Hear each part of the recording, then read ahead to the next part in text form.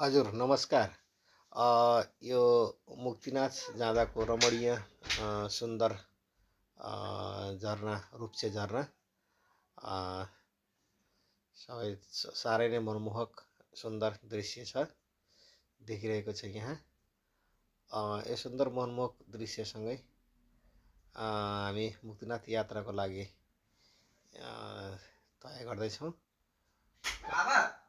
यति सुन्दर रमणीय यात्रासहित रमाइला रमाइला बाइकर्सहरू पनि यही रुटमा हिँड्ने गरेका छन्। धेरै सुन्दर दृश्यहरू कैद गर्दै अगाडि बढ्दैछौँ।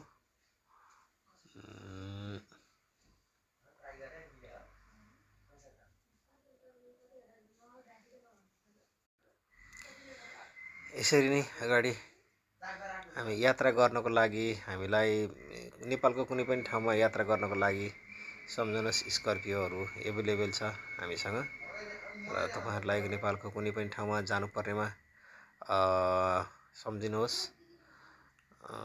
984556 मा कल गर्नुहोस् र यस्तै रमणीय ठाउँहरू घुमाउँदै हामी तपाईँहरूलाई यात्रा गराउनेछौँ। रमाइलो खुसी मनोरञ्जनको साथ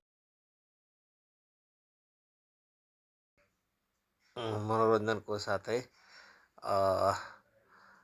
तपाईँहरूलाई यात्रा गराउनेछौँ।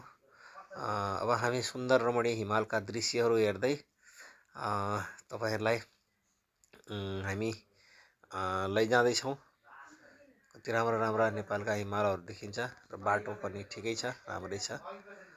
र हुँदै अब हिउँ परिएको अवस्था छ बाटोमा र यो अफरोड हुँदै हामी अप्पर मुस्ताङसम्मको यात्रा तय गर्नेछौँ। अप्पर मुस्ताङमा जाँदाखेरि देखिएका रमणीय दृश्यहरू हेर्नुहोस्, कति राम्रो छ।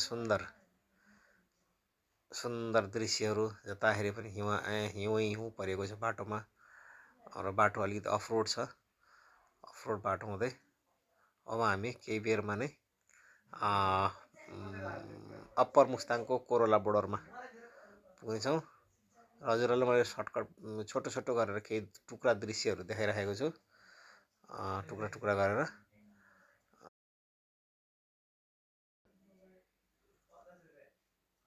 नेपालको बोर्डरमा 24 नम्बर पिल्लरमा आइपुग्न लागेका छौँ।